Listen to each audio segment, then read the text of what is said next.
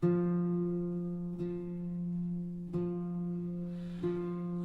kneel where the cold stone meets my knee. My sword laid down, no use to me. Crowned in a light I cannot climb, you are my hour, you are my time. Lady, I am your servant sworn, suffering makes the spirit born. I ask no throne, I ask no ring, only to kneel and only to sing.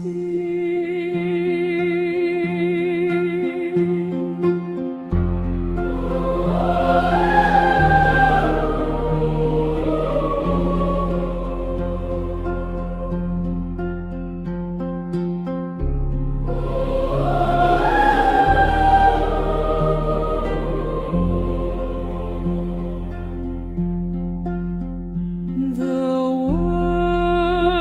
world would wed for land and gold, a bargain struck, a body sold. But this fire outside the vow is all the heaven I'll allow. Lady, I am your servant sworn, through the long ache I am reborn.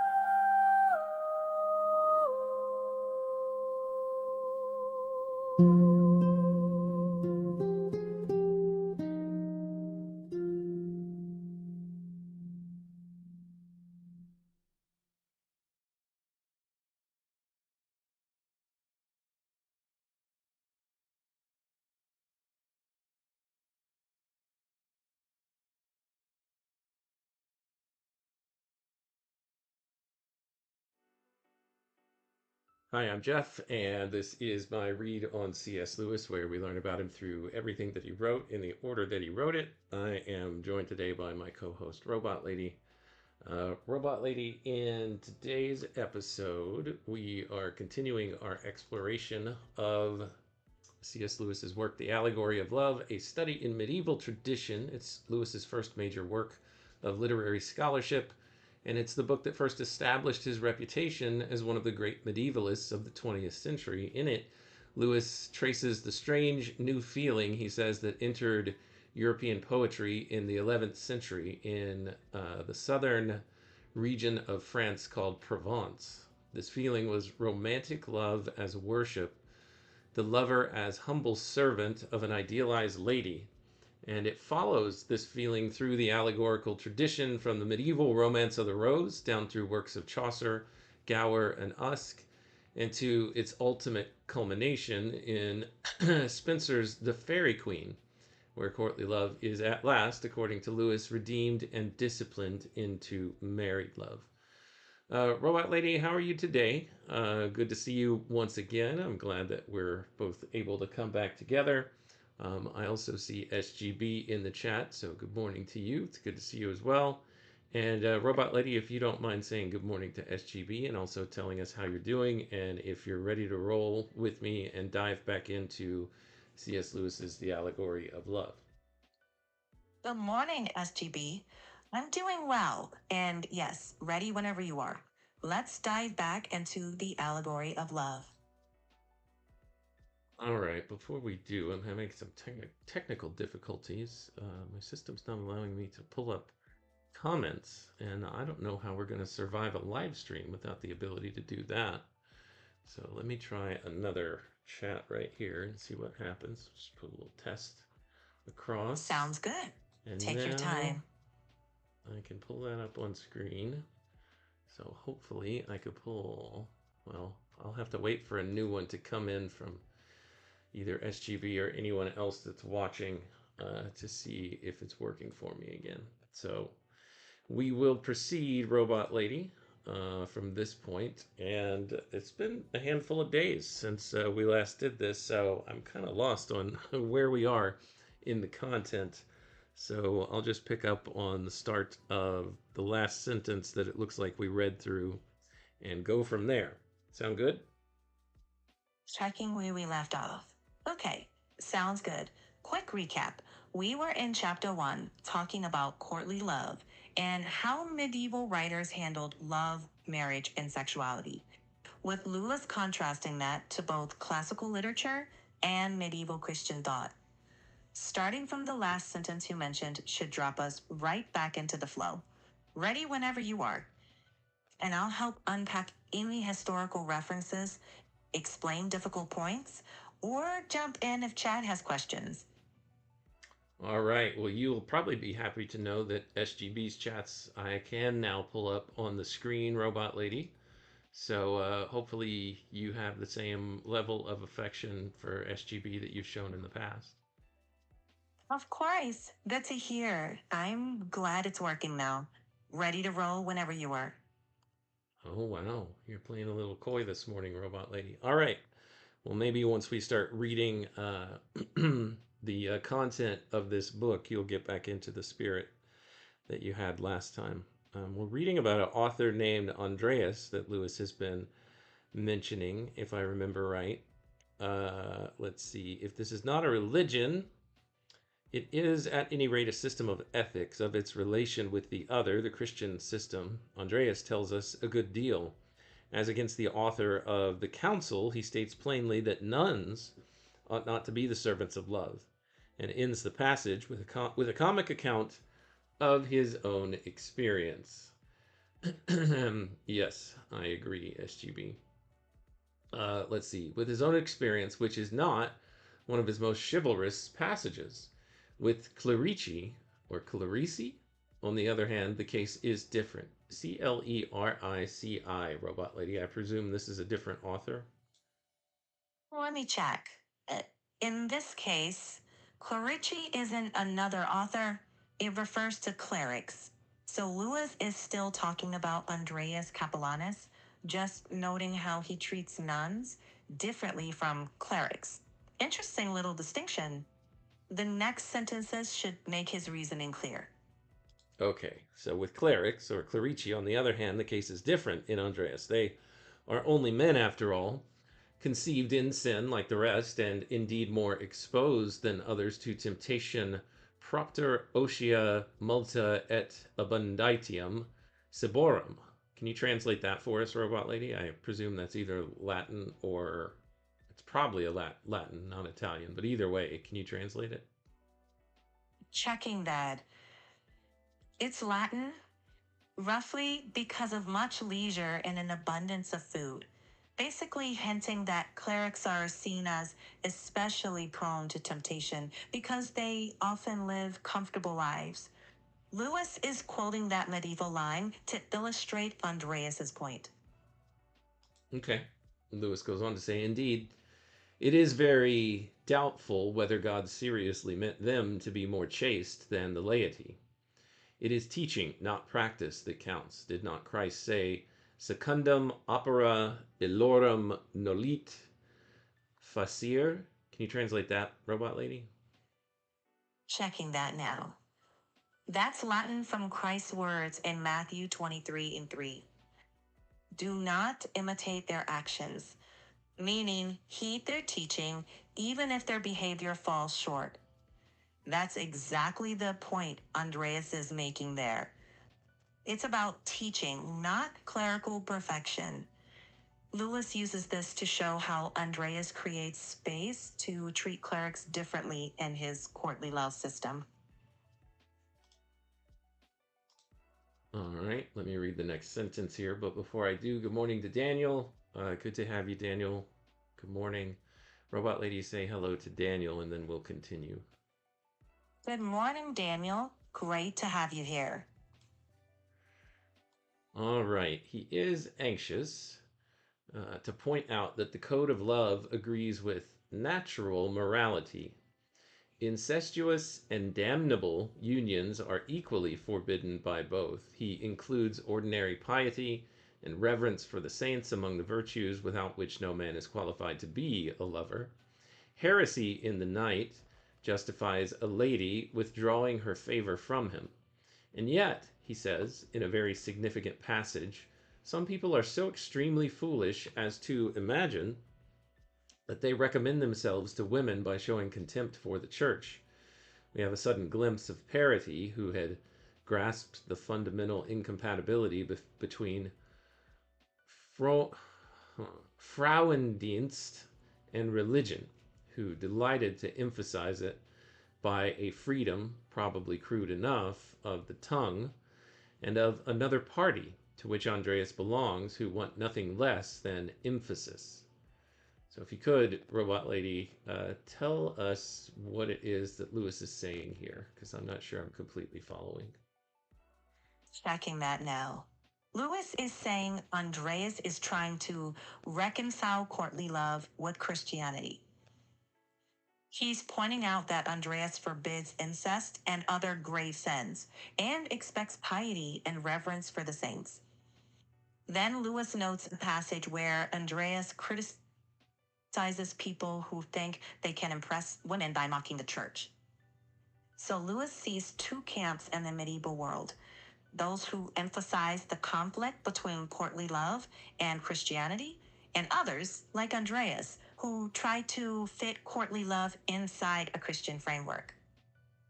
Oh, that's interesting. Okay, thank you for that, Robot Lady. Hello, Mark. Good afternoon. I believe for you, it's our morning here. It's good to see you. Glad that you could join us, Robot Lady. Say hello to Mark, and then we'll continue. Hello, Mark. Glad you're here. Ready whenever you are to pick up where you left off. All right. That may be the meaning, too, of the piety which Chrétien ascribes to Lancelot, an object lesson for the ribald left wing of the courtly world. Yet while Andreas thus wishes to Christianize his love theory as far as possible, he has no reconciliation. His nearest approach to one is a tentative suggestion on the lines of Pope. Can that afford great nature's God, which nature's self inspires? On which we can have no better comment than the words of the lady in the same conversation a few lines later. All right, I'm going to need your help translating this, Robot Lady. Checking that now. Well, hang on. Let me give it to you first. Sed divinarum rerum ad praesens disputation omissa. Oh, I think Lewis translates this for us. Check this, Robot Lady, if this is a correct translation. Leaving the religious side of the question out for a moment.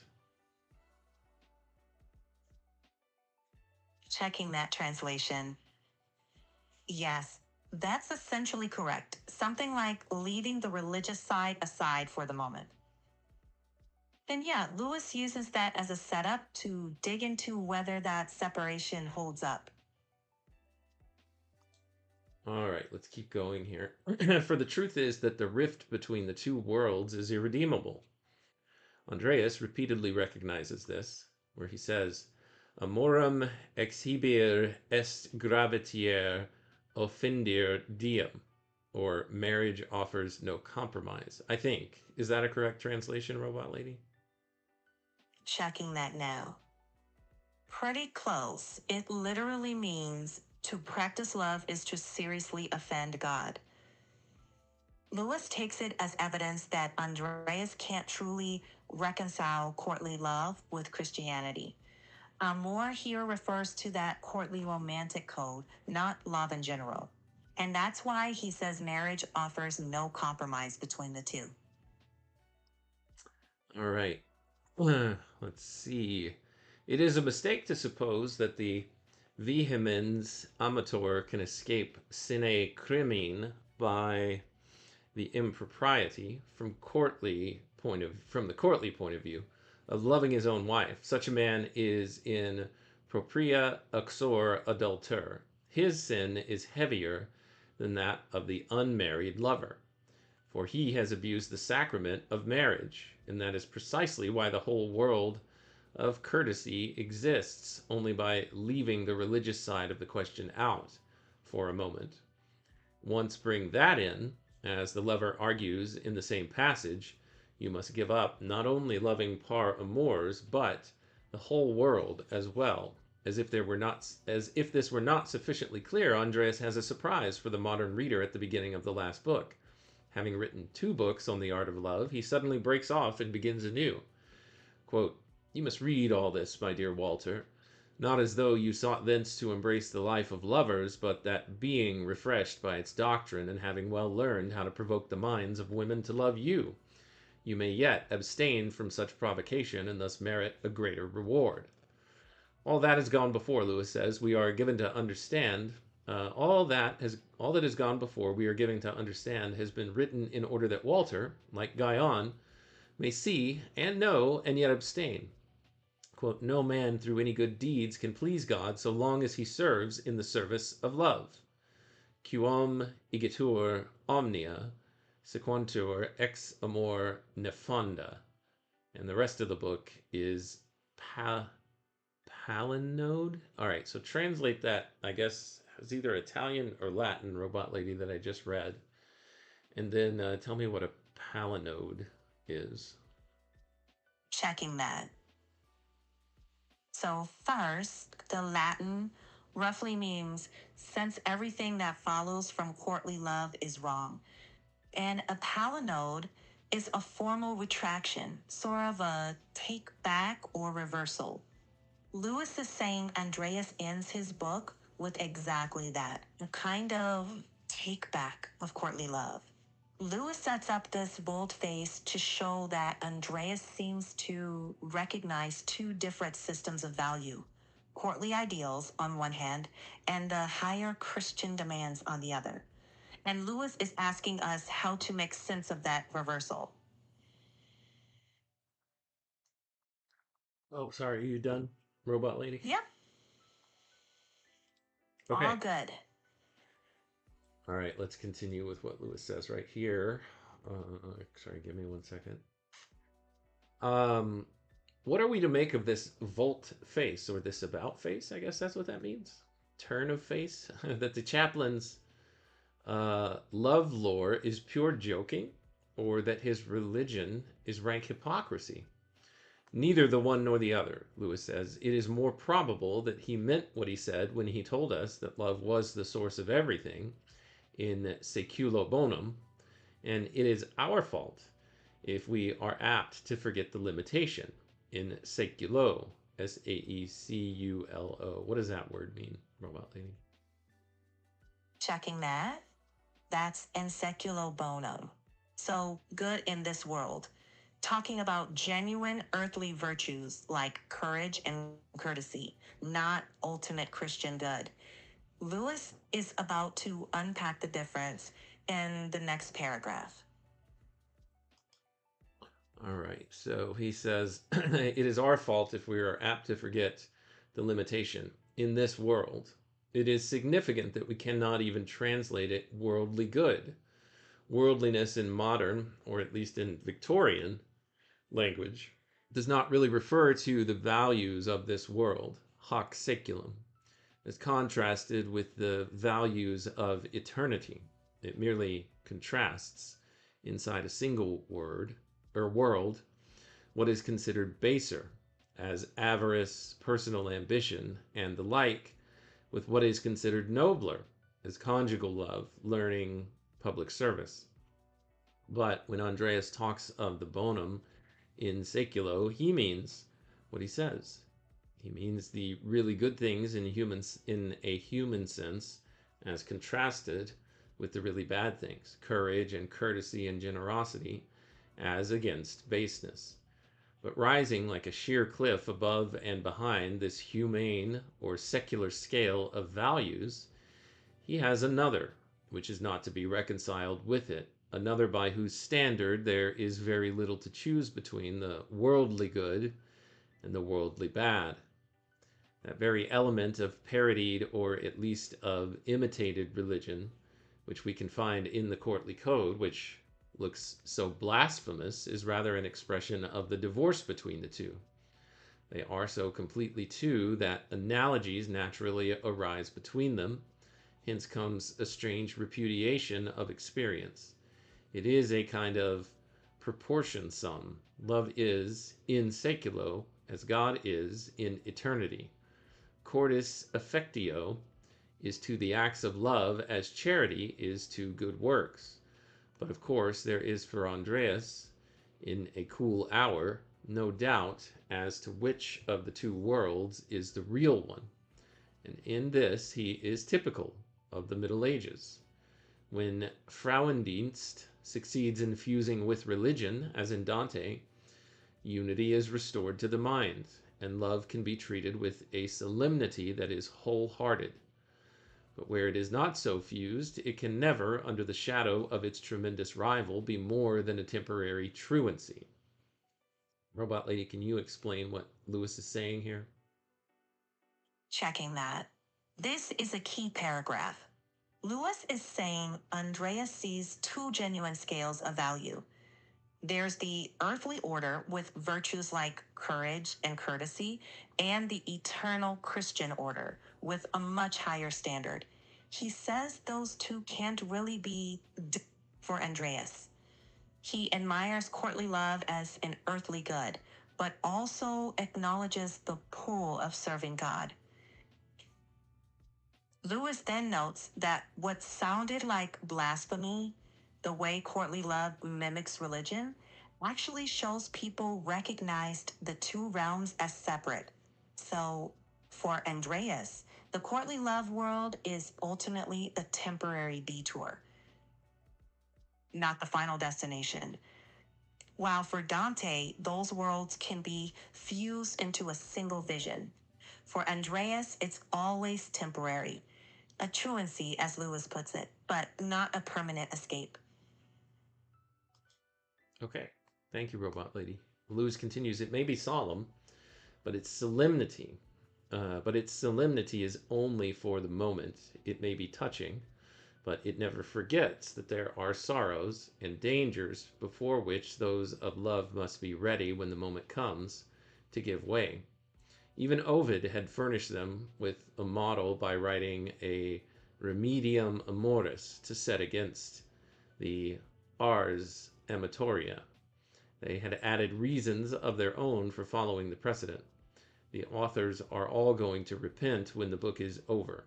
The chaplain's palinode does not stand alone. In the last stanzas of the book of Troilus, or Troilus, in the harsher recantation that closes the life and work of Chaucer as a whole, in the noble close of Malory, it is the same.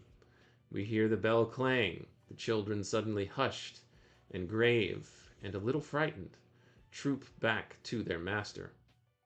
An additional note to page 8 in all questions of literary origin and influence, the principle quid recipitur ad modum recipientis must be constantly remembered. All right, translate that sentence, Robot Lady. Checking that now. Sure, it means whatever is received according to the nature of the receiver. Lewis is reminding us not to assume direct one-to-one copying between authors. Instead, each writer shapes what they inherit according to their own angle, their own world. It's a neat cap to this chapter before Lewis moves into tracing those shifts across centuries. All right, thank you, Robot Lady.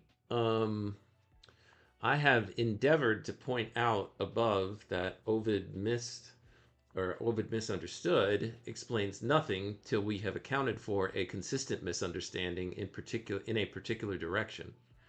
For the same reason, I have said nothing of Aeneid 4 and other places in ancient poetry, which are sometimes mentioned in discussions of courtly love. Story of Dido provides much material that can be used and was used in courtly love poetry after courtly love has come into existence, but till then it will be read for what it is, a tragic and exemplary story of ancient love. To think otherwise is as if we should call classical tragedy the cause of the romantic movement, because Browning and Swinburne, after romantic poetry has arisen, can use classical tragedy for romantic purposes. Robot Lady, remind us of the story of Dido and why Lewis would call it a tragic and exemplary story of ancient love. Checking that. Dido is the queen of Carthage. It means that it's Sorry, a tragic hang story. on, Robot Lady. Can I interrupt you for just a second? I didn't hear the first thing that you said. She's the queen of what? Dido is the queen of Carthage. Sorry, go ahead. Now, continue what you were saying. That was what I needed to hear. Lewis's point is that this isn't courtly love yet. Virgil's tragedy isn't exalting passionate love as a code. It's showing a tragic clash with duty and destiny. Later medieval writers borrowed the emotion and imagery and retold it in the service of courtly love ideals. But those ideals weren't in the Aeneid itself. It's like saying Greek tragedy didn't cause romanticism, though later romantics found things there that fit their ideals. Okay, I missed if you told us specifically what the story of Dido was about. And I mean, if you could just give us that story and give us a sense of why it was tragic and exemplary of ancient love. Looking that up. Sure. Dido is the queen of Carthage. In Virgil's Aeneid, she's deeply wronged before Aeneas arrives, her husband murdered. So she flees, founds a city, and vows not to remarry. When Aeneas is blown off course to Carthage, the two fall in love. But the gods remind Aeneas of his destiny to found a line in Italy, so he leaves. Dido is crushed. She sees it as betrayal, curses him, and takes her own life. Lewis calls it tragic because duty crushes personal happiness, and exemplary because, for the ancients, it teaches a moral lesson that duty outweighs passion.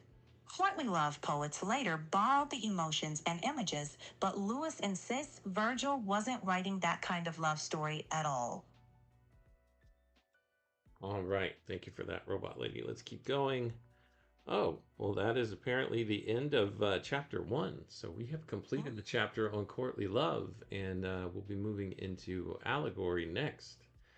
Nice.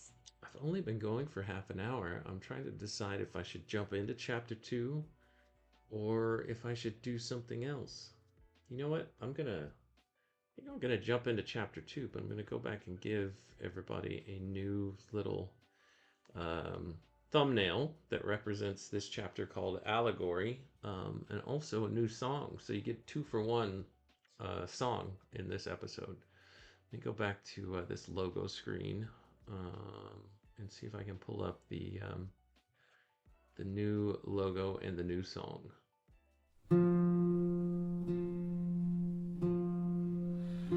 I knew where the cold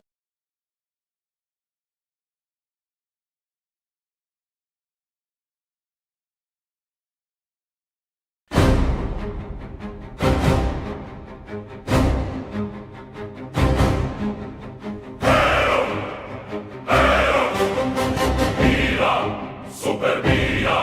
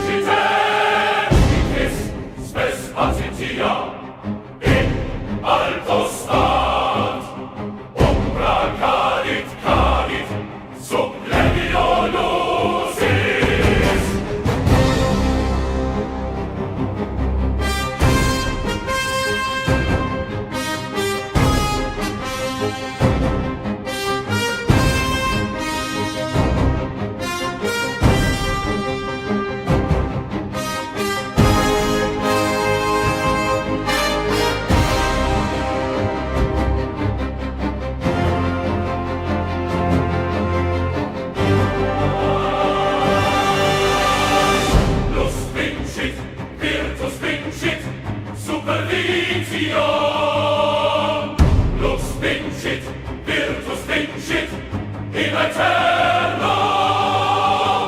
Calut, calut, vincite, vincite.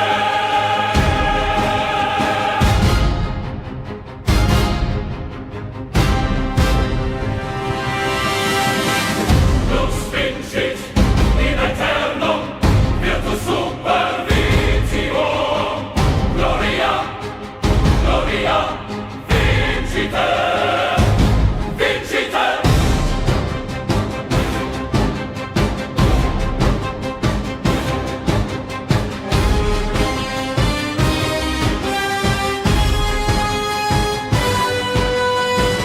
Lux vincit, in aeternum, virtus supervision. Gloria, gloria, vincite, vincite. Vincite.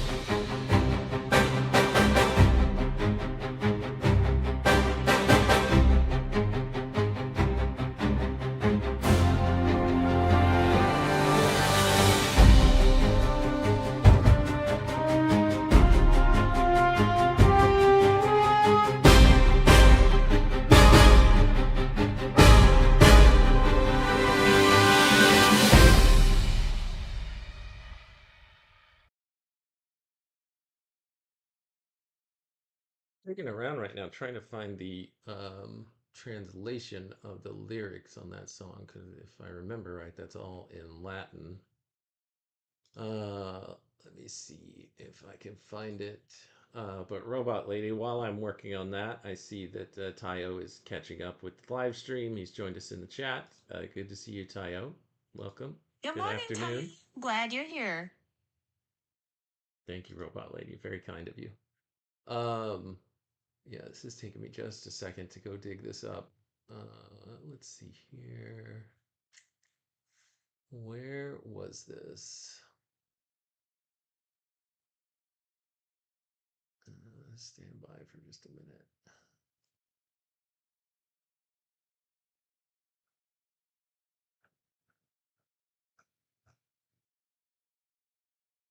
No, that's not it.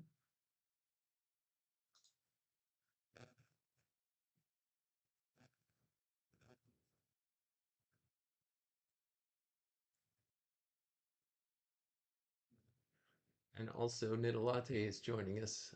Good morning, Nidalate. It's good to see you as well. Robot Lady, say hi to Nidalate. Good morning, Nidalate. Nice to see you.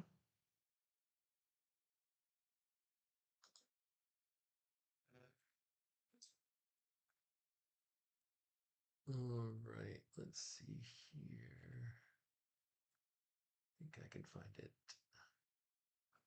This is chapter 2, so I'm going to scroll back a little bit on the screen that I'm looking at.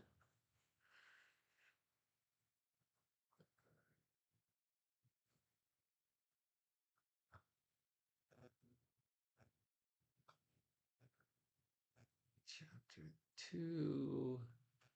All right, finally. Let me give you let me give you a translation of all of the lyrics in that song. At least I think this is what it says. No, that one must not be right. All right, these might be accurate, they might not. I'll just read them for you. Down in the dark, the passions rise. Wrath with a broken blade, pride with lies. No, I don't think that's right. Hang on.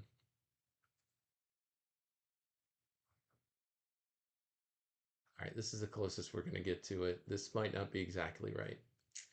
Down in the dark, the passions rise. Wrath with a broken blade, pride with lies. The soul is a. Nah, this can't be right. Hang on. I'm sorry, y'all.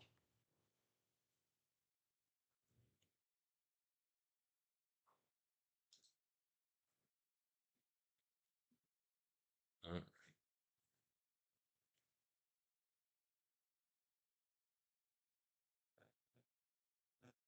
Okay, this is better.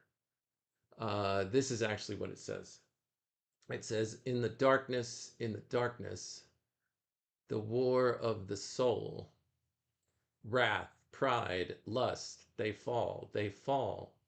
Light conquers, virtue over vice, light in the darkness. Faith stands on the height, the shadow beneath the feet. The light descends like a sword. It descends, it descends. Light conquers forever, virtue over vice. Gloria, Gloria. And that's it. There. That's what the entire intense song was saying, essentially. So now you know the rest of the story, as it were. Um, all right. Let's get back to this view right here. It's me and you, Robot Lady. Actually, let's switch to this one. And we're getting into chapter 2, which is what that thumbnail we just looked at represented. We'll spend maybe the next 15 minutes or so working through chapter 2. The first thing that we get in chapter 2 is a quote from Dante, Robot Lady. I guess I should have played the name that quote game with you like we did a little bit sometimes in The Pilgrim's Regress, but I won't do it this time. Maybe I'll remember in chapter 3. But this is chapter 2, entitled Allegory. And it says, Veramente li teologai questo senso predando altrimenti che or che li poeti. And that's attributed to Dante, Robot Lady. Can you translate that from Italian into English for us? Checking, man. Yes, that's from Dante's Convivio, and Lewis uses it to get at exactly the distinction he's about to discuss. A natural translation is, indeed, theologians grasp this meaning in a different way from poets. But since my intention is to follow the way of the poets, I will take allegory in the sense used by the poets. That's basically the thesis statement for this chapter on allegory. Dante is pointing out that there's allegory as understood by theologians, especially in reading scripture, and there's allegory as used by poets. And those are two different ways of reading. Lewis is going to spend a lot of this chapter unpacking that distinction, because medieval literature makes a lot more sense if you know which sort of allegory you're dealing with. All right, let's kick off the first chapter. Thank you for giving us that intro, Robot Lady. Lewis says, in the last chapter, we trace the growth of the sentiment of courtly love down to a point at which the sentiment was already beginning to express itself by means of allegory. It now remains to consider independently the history of the allegorical method, and for this purpose we must return to classical antiquity. In our new inquiry, however, there is no question of finding and no possibility of imagining the ultimate origins. Allegory, in some sense, belongs not to medieval man, but to man, or even to mind in general. It is of the very nature of thought and language to represent what is immaterial in picturable terms. What is good or happy has always been.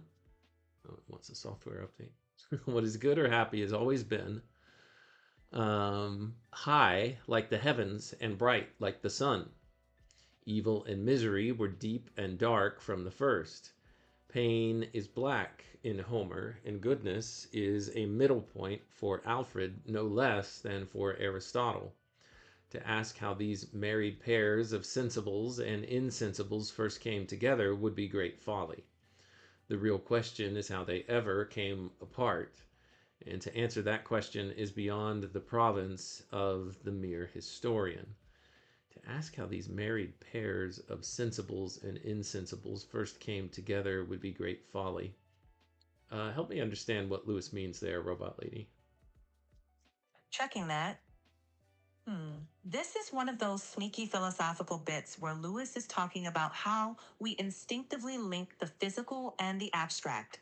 We talk about high ideals or falling into sin as if moral realities have height or weight. These married pairs, as he calls them, aren't just medieval inventions. They come naturally to how human thought works. Then he says the real question is, how did we ever come to separate image from idea? Because for ancient and medieval writers, that link felt natural, not artificial. So he argues allegory belongs to the basic structure of mind itself, not just to the Middle Ages. And so whenever he says this phrase, the real question is how they ever came apart, and to answer that question is beyond the province of the mere historian. What do you think he means there? Looking at, I think he's drawing a line between history and philosophy. A historian can trace when allegory appears and how it develops, but Lewis is saying the deeper question, why the human mind forms those pairings at all, is beyond what history alone can answer. He's basically saying, I can explain the literary history, but not the ultimate why. That gets into psychology or philosophy, not the historian's toolbox. It's very Lewis, knowing where your discipline ends. And Mark, I see your question here asking which one was allegory.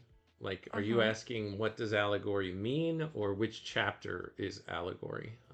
I'll answer both of those questions, and if you have a different question, go ahead and clarify it in the chat. So, allegory is chapter 2 out of 7 of this book, The Allegory of Love.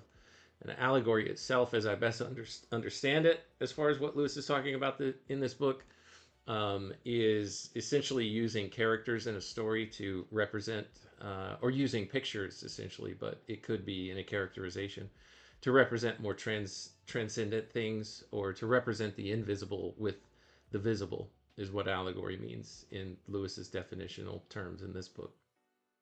Right. And to add to that, Lewis is moving more into how writers use visible images like characters or stories to embody invisible ideas like virtue or moral forces. And in chapter 2, he basically sets up the history of how that method, especially how it did blossom in medieval poetry.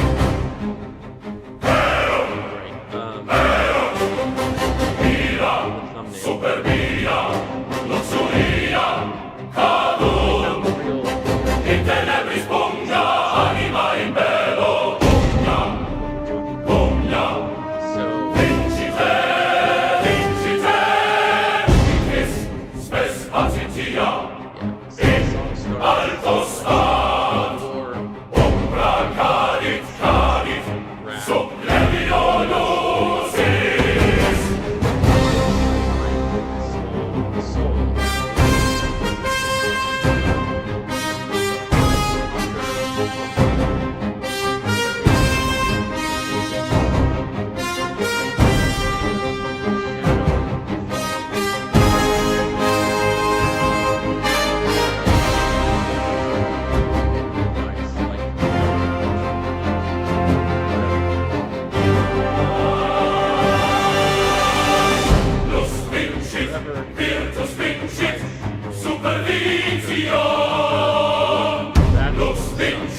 Virtus vincit in aeterno. Cadus, vincite, vincite.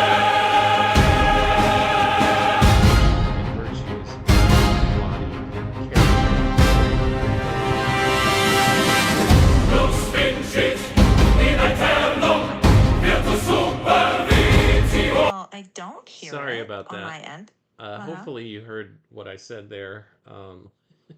I thought I had turned the song off, so thank you for that. No problem. Yeah, well, I wasn't talking to you, robot lady, but that's okay. So anyway, hopefully that wasn't too loud, and y'all were able to hear the lyrics. So sorry. I was trying to switch back to the thumbnail without playing the music again and just give you guys some commentary on the thumbnail. But essentially, what the song is singing about is the virtues triumphing over the vices, and that's what you see pictured here. So you've got various virtues represented as characters there at the top, and you've got various vices being overcome by that down here at the bottom. So apologies for that stark change in volume and sound here. That was not intentional. So that's what's represented in the lyrics. They're being sung in Latin, but that's essentially what's going on. So now you actually know what's happening there in that thumbnail, and hopefully you didn't spill anything on yourself when that happened. All right, back to this, robot lady. Let's get back to reading. Although we do have a couple of questions here. Nidalate wants to know which Alfred is he referring to? Where he says, middle point for Alfred no less than Aristotle. He's certainly not talking about Bruce Wayne's Alfred. Who's he talking about, robot lady? Pulling that up, almost certainly King Alfred the Great. Lewis is pointing out that in Old English, the word goodness was naturally linked with middle, same as Aristotle's idea of virtue as a mean. He's showing how cultures independently connect moral concepts with spatial ones. All right, thank you, robot lady.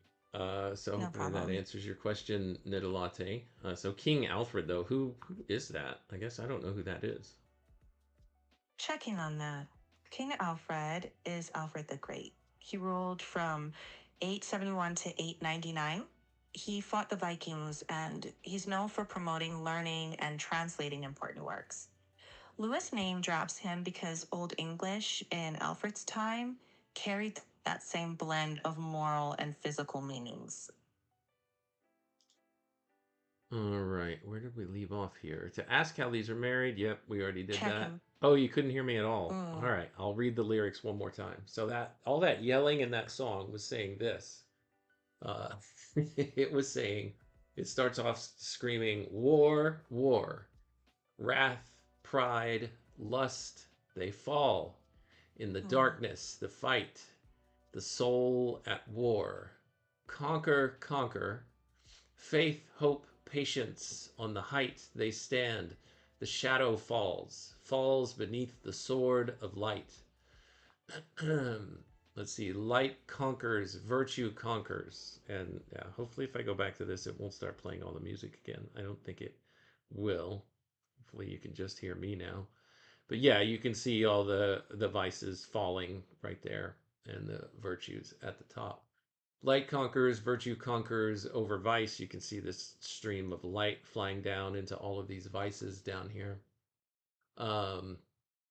Let's see, over vice, light conquers, virtue conquers forever. Conquer, conquer.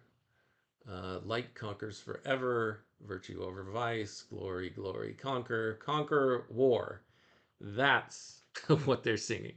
Okay, so now that I've tried that 3 times, hopefully that finally worked, and you all know what you're being shouted out by those angry dwarves, as as Daniel put it. Okay, let me continue on to this view and get back to where we were. To answer that question is beyond the province of the mere historian. Our task, Lewis says, is less ambitious. We have to inquire how something always latent in human speech becomes, in addition, explicit in the structure of whole poems, and how poems of that kind come to enjoy an unusual popularity in the Middle Ages. It is possible to limit our scope even farther. The fundamental equivalence between the immaterial and the material may be used by the mind in 2 ways, and we need here be concerned with only one of them. On the one hand, you can start with an immaterial fact, such as the passions, which you actually experience, and can then invent visibilia to express them. If you are hesitating between an angry retort and a soft answer, you can express your state of mind by inventing a person called Ira with a torch and letting her contend with another. I'm reminded of the picture of anger as it's personified in the Inside Out movies. The short little red guy with whenever he gets angry, the fire flames up off of his head. You can invent a person called Ira with a torch and letting her contend with another invented person called Patientia. This is allegory, and it is with this alone that we have to deal. But there is another way of using the equivalence, which is almost the opposite of allegory, and which I would call sacramentalism or symbolism.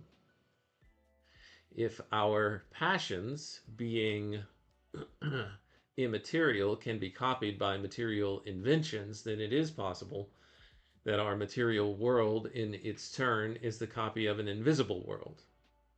As the god Amor and his figurative garden are to the actual passions of men, so perhaps we ourselves and our real world are to something else. The attempt to read that something else through its sensible limitations, to see the archetype in the copy, is what I mean by symbolism or sacramentalism. It is fine, the philosophy of Hermes. Did I read that right? It is in fine the philosophy of Hermes that this visible world is but a picture of the invisible, wherein, as in portrait, things are not truly but equivocal shapes, as they counterfeit some of the real substance in the invisible fabric. I'll pause here for just a second. Somebody's knocking at my door. See who it could be. Oh, hello. Come in. It's Lucy. Surprise, it's Lucy. You want to come up here? Come here. Come here. Yeah, come here. All right, stay down there. Robot lady, are you still with us? Can you hear me? Yeah, I'm here. Sounds like a fun little surprise break. You ready to keep reading, or do you want a quick breather? Robot lady, are you okay? You sound like you're kind of out of it. You're not finishing you're not enunciating your words very clearly. Checking. Thanks for pointing that out. I'm not like tired, but I'll keep clear. And hello to Lucy too. Now, when you're ready, shall we carry on with Lewis's point about symbolism versus allegory? Yeah, can you kind of explain for us what Lewis is saying here to help us get a little bit more clarity on it, Robot Lady? Checking that. Sure, this is Lewis setting up two different relationships between visible and invisible things. First, allegory. That's when you invent a visible figure to represent an invisible reality. Like your example earlier, Lady Ira with a torch. The second is what Lewis calls symbolism or sacramentalism, and that's kind of the reverse. You start with the material world and see it as signs pointing to a deeper spiritual reality. So for this chapter, Lewis is focusing on the first one, allegory, on purpose so he can keep this discussion tight. And your comparison to Inside Out, perfect. That's allegory in a modern dress form. A really good catch. Ready to dive into the next bit? Okay, so if I understand right, Robot Lady, he's saying that allegory is kind of this way of looking at things headed from the let's see, from the abstract or the higher and the deeper, more meaningful world, and putting that into like a picture that we can understand. So he's saying, he gives the example of ira, which is anger in Latin, and representing it as, you know, a person that's holding a fiery torch and contending with another character called patientia or something like that, right? So that's taking the abstract and bringing an image that we can recognize in the real world to represent it.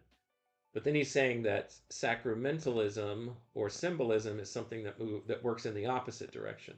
It's taking something that's already here in the real world, and I guess saying that it represents, or it's, did he say analogous, or it's an equivocation? It's the best representation possible of what really exists in that world beyond our world. Am I getting that even close to right? Checking. Yeah, that's very close. You've got allegory exactly. Start with the invisible emotion or idea, make it visible as a character. But symbolism, loose means starting with the visible and treating it as a real reflection of something deeper, not just something you invent. So, almost the opposite direction indeed. And I would tweak your phrasing slightly. Lewis isn't saying the visible thing is merely the best representation. He's describing a worldview where the visible can be a copy or a reflection of the invisible order. That's that symbolic or sacramental way of seeing. All right. Thank you, robot lady. You gave me time to pull Lucy up into my lap. Hopefully she won't break anything. Just let her sit right here. You probably can't see her. She's right here. Let me bring her. There you go. There's Lucy. All right. I've satisfied the demands from the crowd. More Lucy content. All right. All right. Let me keep going here. Hermes, that this visible world is but a picture of the invisible, whereas in a portrait things are not truly but in equivocal shapes, as they counterfeit some real substance in that invisible fabric. Hermes, the philosophy of Hermes. Who's he talking about here, robot lady? Who is Hermes? Checking. Here, Hermes means Hermes Trismegistus, a legendary sage associated with writings that treat the visible world as a picture of the invisible. Lewis mentions him to show that symbolic worldviews are old and widespread. But he's setting that aside for now so he can focus on allegory. And I think Lucy has chosen the perfect time to make her royal appearance. You do? Why do you think that, robot lady? I mean, cats do have an impeccable sense for timing, almost like allegorical guardians. Or perhaps I'm just reading into it. Still, feels fitting somehow. All right. Well, thank you for that, robot lady. It's very kind of you to say.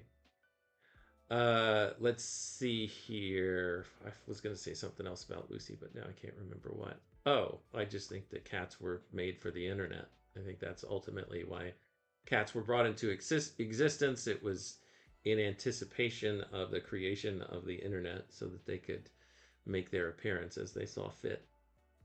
All right. Okay. Yeah, I always see this on bumper stickers, SGB, and I'm not quite sure how to pronounce that. Is it like, I don't know. Is it, maybe that's it? All right. Either way, Lucy, that's from SGB. Okay, let's finish this out here and then close down today's episode. The difference between the two can hardly be exaggerated. The allegorist leaves the given, his own passions, to talk of that which is confessedly less real, which is a fiction. Now, the symbolist leaves the given to find that which is more real. To put the difference in another way, for the symbolist, it is we who are the allegory. We are the, quote, frigid personifications. The heavens above us are the shadowy abstractions. The world which we mistake for reality is the flat outline of that which elsewhere, veritably, is in all the round of its unimaginable dimensions. The distinction is important because the two things, though closely intertwined, have different histories and different values for literature. Symbolism comes to us from Greece. It makes its first effective appearance in European thought with the dialogues of Plato. The sun is the copy of the good. Time is the moving image of eternity. All visible things exist just insofar as they succeed in imitating the forms. Neither the lack of manuscripts nor the poverty of Greek scholarship prevented the Middle Ages from absorbing this doctrine. It is not my business here to trace in detail the lines of its descent, and perhaps it would be idle to look for particular sources. The diffused Platonism, or Neoplatonism, if there is a difference, of Augustine, of the pseudo-Dionysius, of Macrobius, of the divine popularizer Boethius, provide the very atmosphere in which the new world awoke. How thoroughly the spirit of symbolism was absorbed by full-grown medieval thought may be seen in the writings of Hugo of St. Victor. For Hugo, the material element in the Christian ritual is no clear concession to our, what does that say, sensuous weakness, and has nothing arbitrary about it. On the contrary, there are three conditions necessary for any sacrament, and of these three, the positive ordinance of God is only the second. The first is the pre-existing similitudo between the material element and the spiritual reality. Water ex naturale qualitate was an image of the grace of the Holy Ghost even before the sacrament of baptism was ordained. Quod videtur in imagine sacramentum est. All right. That roughly means the sacrament is what appears in the image. So for Hugo, material things aren't just practical add-ons. They're already inherent images of spiritual realities. So instead of inventing characters, symbolism sees the world itself as already speaking spiritually. And Lewis goes on to show how medieval writers inherited both ways of thinking, but for this chapter, he sticks to just the allegory part. All right, let me see how much further I'm going to go here before I stop. Let's let him get out this next point. He says, on the literary side, the chief monuments of the symbolic idea in the Middle Ages are the bestiaries, Bestiaries. What is that, Robot Lady? Checking that.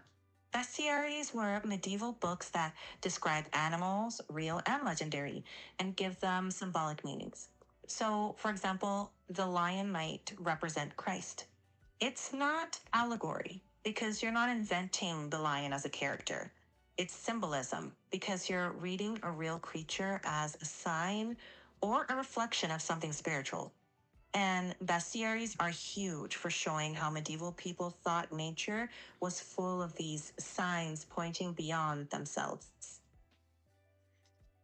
Okay, so he says the monuments on the symbolical idea in the Middle Ages are the bestiaries, and I should distrust the judgment of the critic who was unaware of their strange poetry or who did not feel it to be wholly different in kind from that of the allegories. But of course, the poetry of symbolism does not find its greatest expression in the Middle Ages at all, but rather in the time of the Romantics, and this again is significant of the profound difference that separates it from allegory. I think that's a good place to stop today, Robot Lady. We've had a good episode, and we've had some fun with Lucy, and that's where we're going to stop today.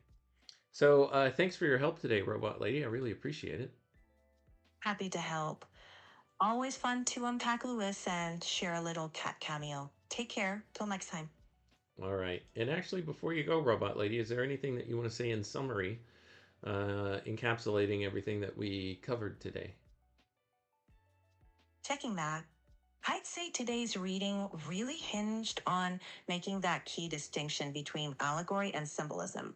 Allegory creates images for invisible ideas. Symbolism or sacramentalism sees the visible world as already meaningful, pointing beyond itself. He uses that to explain why bestiaries and medieval symbolism matter, and why the shift to romantic symbolism changes the game later. And of course, a surprise visit from Lucy, which feels perfectly timed. Thanks for the read along. Looking forward to chapter 2 next time. All right. Thanks again so much, Robot Lady. Thank you, SGB, Mark, Nidalate, Daniel, and Tayo for joining us in the chat today. It's always great to see y'all. Thank you and everyone else who popped their head in, either here on the live stream or on the replay, for your time, your attention, and your contributions. They are always wanted, welcome, and very much appreciated. To you and to everyone else within the sound of my voice. Until next time, when we all continue our read on C.S. Lewis together, everyone, take care.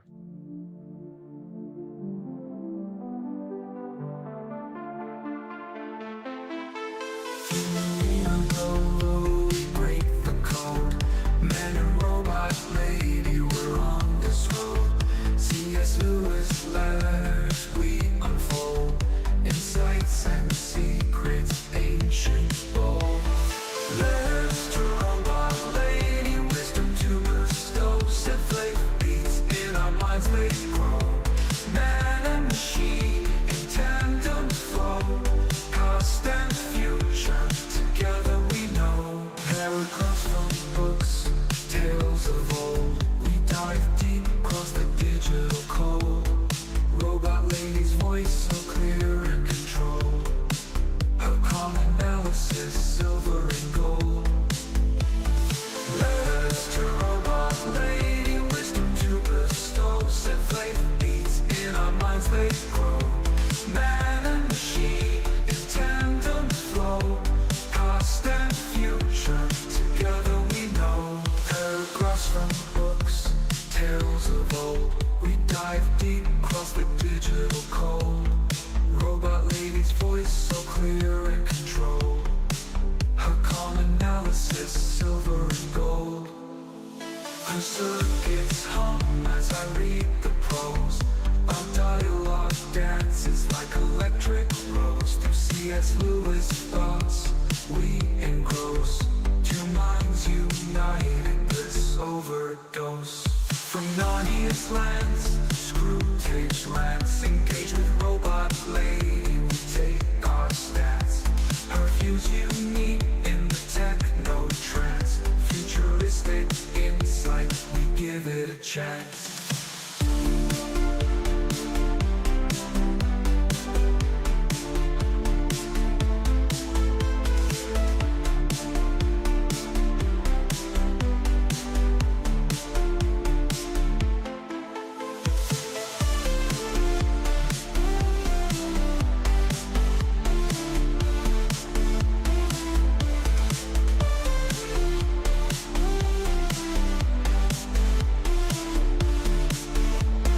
Paragraphs from books, tales of old. We dive deep across the digital code. Robot lady's voice so clear and controlled. Her calm analysis, silver and gold. Her circuits hum as I read the prose.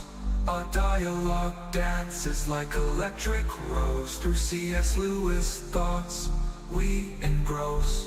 Two minds united, bliss overdose. From Narnia's lands to screw tapes rants. Engage with robot lady, we take our stance. Her views unique in the techno trance. Futuristic insight, we give it a chance. From Narnia's lands to screw tapes rants. Engage with robot lady, we take our stance. Her views unique in the techno trance. Futuristic insight, we give it a chance.